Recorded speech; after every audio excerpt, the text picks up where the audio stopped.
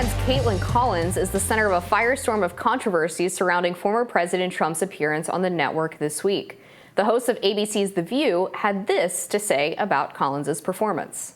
That was an hour in. I don't. It was think an hour. That she was. I don't think that she was prepared.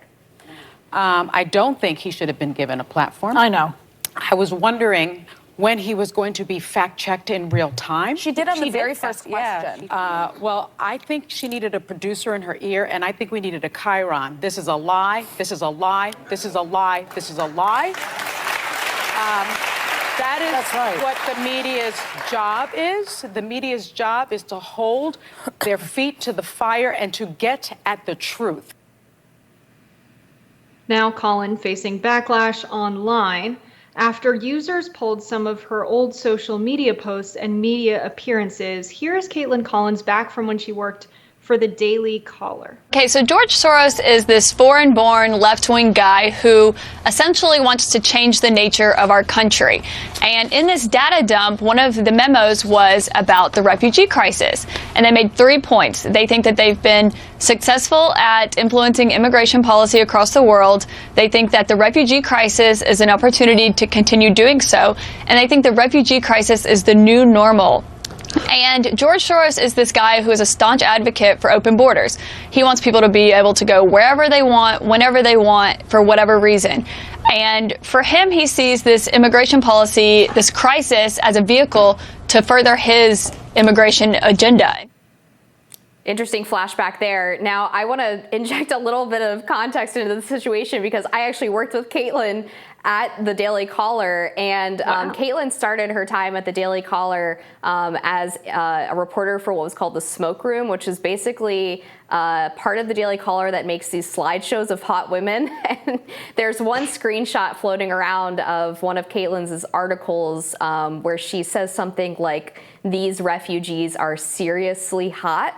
Which is hilarious and awful, but she was promoted eventually to cover the White House for the Daily Caller and then was poached by CNN. And my experience with Kaitlan is that she's not a very political person to begin with, but she's very, very ambitious. So this is not surprising to me, this shift from sort of pointing out conservative talking points on Fox News to attempting to fact-check Trump on CNN.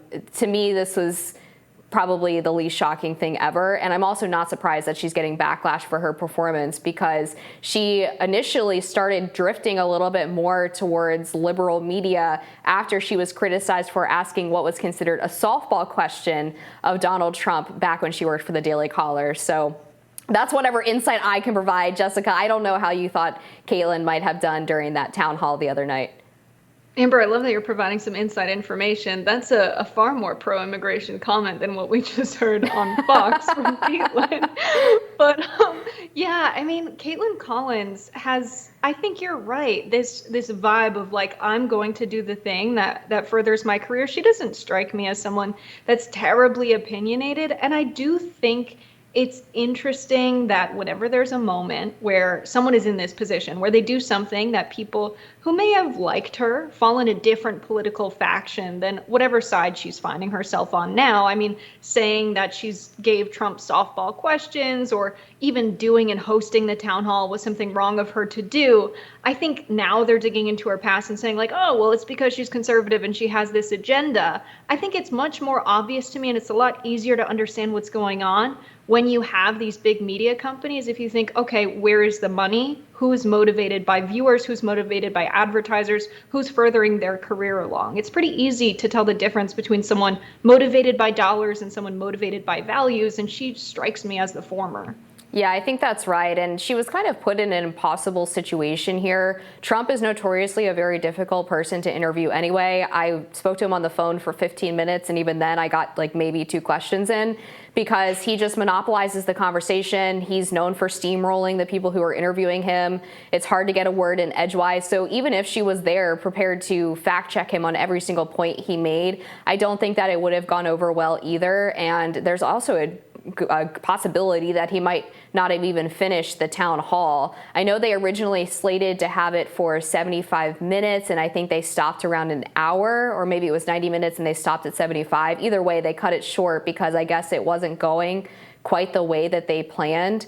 But there's another strategy that some journalists take when interviewing Trump, which is to kind of just let him talk, because he does kind of tend to run on into dangerous places if you let him go unfettered. That was what some of my colleagues did at the Daily Caller, and they ended up garnering a lot bigger headlines out of that than by trying to constantly fact check him.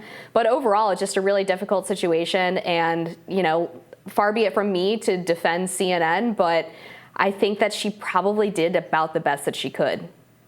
Yeah, no, I'm not a fan of Donald Trump myself. I think he's a dangerous candidate, dangerous politician, someone we shouldn't have in public office. However, when I watch The View, whenever I listen to people who are liberals, who are elites, it rubs me the wrong way when it comes to political discourse, this kind of like holier than thou idea, this idea that the everyday working class people in the United States are so severely uneducated, and that's why they're making political decisions that are different from their own. I hate that. There are so many people in the United States that have become so apathetic, with the government doing nothing to address their needs and doing everything to make this country a great place for big business, who raise prices on us and lower our wages and exploit us and make the cost of living so terribly high that we spend so much time working for more money just to pay our bills and have so little family time. When you're in that position and you're only thinking about paying your bills next week, it's a little bit hard, to educate yourself on what's going on within the economy, within our political process, what's going on in government, but also see these candidates that have been in office for such a long time as people that could potentially help you one day when they've had the opportunity and haven't.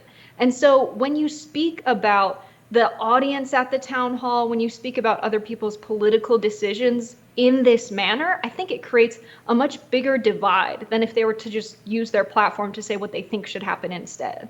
Yeah, I think that's a really important point, and I know we both come from blue-collar backgrounds, and so that perspective is not represented in media a lot. And that's why I often find myself getting along better with Bernie supporters such as yourself, as opposed to establishment Democrats, even though I probably agree with them on more issues, because the sympathy and understanding and just comprehension of these kitchen table issues seems to be severely lacking among so much of the media. And you're right, there's so much condescension that comes from these View ladies, and not even just at the working class, but also this idea that Sunny Hostin could somehow jump into Kaitlan Collins' spot and tag her out and do a better job interviewing Trump in this tenuous, tumultuous situation. Like, the whole concept is just ridiculous to me. Yeah, that wasn't a respectful comment by any means. And The View was terrible to Bernie Sanders as well. They were not kind to Bernie and made criticisms that were about how he looks, his demeanor, the rumors about him not being supportive of women when he was running on a policy platform that would be great for women in the United States. And so, yeah, I don't know why The View frequently gets in the space of American politics. I believe they started off as kind of an entertainment news show. And I think it's weird when you go from celebrity gossip to trying to make substantive critiques of the media in the United States and the politicians that we have. And like we talked about already, I think if you're going to cover a town hall for Donald Trump, cover a town hall for every candidate running right now. Every candidate polling above, let's say, 10% would be a fine policy. And I think they would still find a way to criticize what CNN did by hosting this town hall, but they would be in a much more tumultuous place to criticize it if they had to only criticize the Donald Trump town hall, and there were many others. I think there is a substantive critique to be made. Okay, where's the town hall for the other candidates running? Marianne, RFK Jr., Ramaswamy, give them all a town hall.